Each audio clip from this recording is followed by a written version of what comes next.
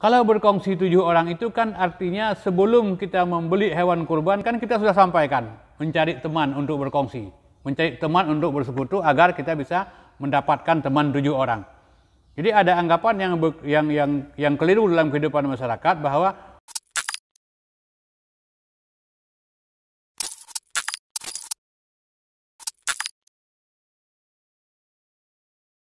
terima kasih atas pertanyaan yang telah diajukan. Insyaallah kita akan coba memberikan jawaban yang memuaskan atau paling tidak setengah dari kepuasan yang diharapkan. Yang berkenaan dengan kurban, binatang-binatang yang layak untuk kita kurbankan. Kalau kita berpedoman kepada apa yang disabdakan oleh Rasulullah SAW dan apa yang diamalkan oleh Rasulullah SAW, cuman ada 3 jenis binatang yang pernah dilakukan untuk kurban oleh Rasulullah SAW. Yang pertama adalah unta, yang kedua sapi, kemudian yang ketiga adalah domba atau kambing. Jadi itulah kalau kita lihat hadis yang sahih berkenaan dengan pelaksanaan kurban yang pernah dilakukan oleh Rasulullah SAW. Cuman perlu kita luruskan, ada kesalahpahaman dalam kehidupan bermasyarakat tentang hukum binatang yang boleh dikurbankan. Yang pertama begini, kalau unta kita tidak bicarakan di Aceh karena memang unta tidak ada di tempat kita. Yang lazimnya adalah orang berkurban yang pertama adalah dengan lembu atau sapi. Ada kesalahpahaman dalam kehidupan masyarakat bahwa tidak boleh bersekutu atau berkongsi dalam berkurban dengan seekor sapi. Padahal itu adalah sebuah pemahaman yang keliru. Sebenarnya Rasulullah SAW pernah bersekutu untuk berkurban dengan seekor unta. Dan juga Rasulullah pernah bersekutu 7 orang berkurban untuk seekor sapi. Dan yang dilakukan pada masa Rasulullah SAW itu tidak hanya bersekutunya satu kabilah, tetapi beberapa kabilah, beberapa kepala suku pernah bersekutu untuk menyembelih kurban dengan seekor sapi. Dengan kata lain, bersekutu itu adalah kepala-kepala keluarga. Dan juga perlu kita luruskan bahwa anjuran berkurban ini adalah anjuran yang dianjurkan kepada kepala keluarga. Jadi bukan kalau tahun ini misalnya suaminya, tahun depan istrinya, tahun depan lagi anak-anaknya, dibagi-bagi setiap tahun.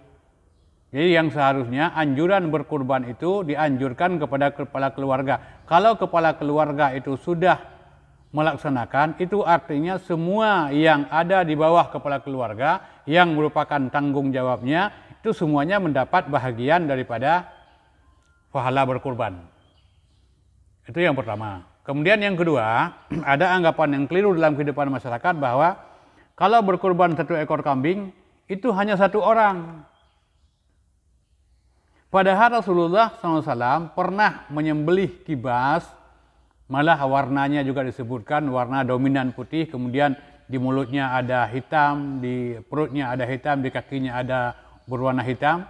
Kemudian Rasulullah menyuruh Aisyah radhiyallahu anha untuk mengasah pisau.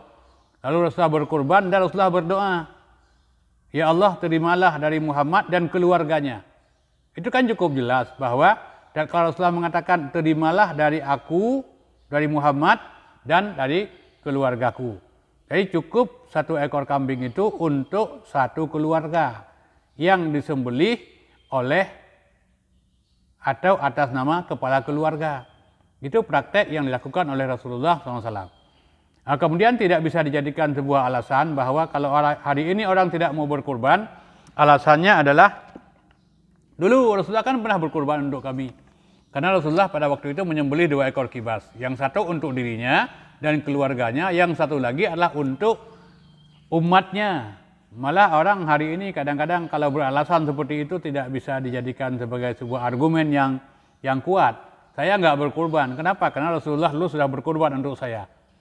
Ini malah jadi bahan tertawaan dan candaan. Kemudian yang perlu kita luruskan juga anggapan sebagian masyarakat yang berpikir bahwa berkurban itu cukup sekali seumur hidup. Tidak seperti itu. Berkurban itu dianjurkan kepada orang yang punya kemampuan setiap hari raya Idul Adha.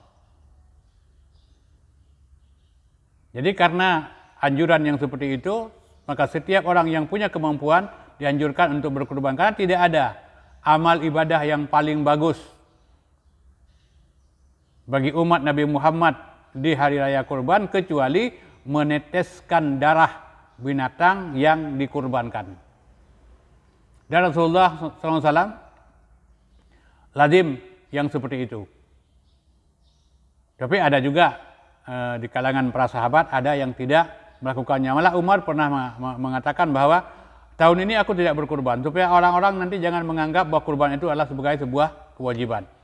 Tapi itulah amal yang paling bagus pada hari raya kurban adalah dengan melaksanakan kurban. Jadi kurban itu tidak hanya seumur hidup dilakukan satu kali, tapi setiap ada kemampuan itu tetap diusahakan untuk kita lakukan. Dan dianjurkan untuk dilakukan, diamalkan oleh kepala keluarga.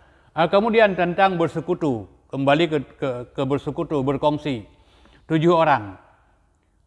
Kalau berkongsi 7 orang itu kan artinya sebelum kita membeli hewan kurban kan kita sudah sampaikan mencari teman untuk berkongsi, mencari teman untuk bersekutu agar kita bisa mendapatkan teman 7 orang. Jadi ada anggapan yang keliru dalam kehidupan masyarakat bahwa kurban itu nggak boleh dikasih tahu sama orang lain.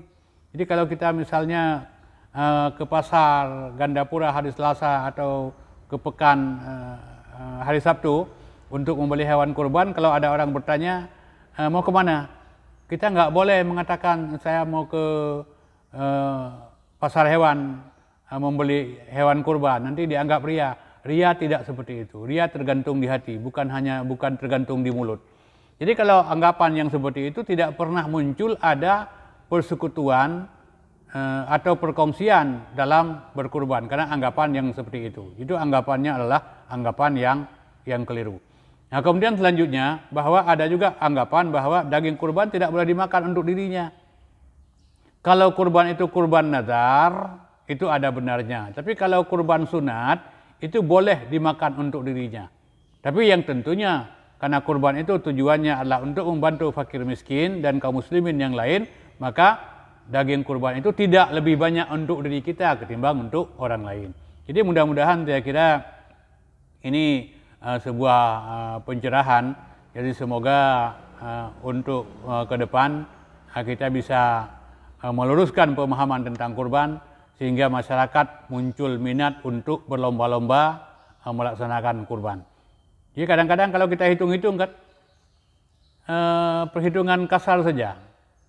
Kalau kurban, satu orang, satu kepala keluarga cukup 2.500.000. Jadi terkumpul duit 17.500.000. Insya Allah dapat layak binatang atau sapi atau lembu yang dibeli untuk kita kurbankan.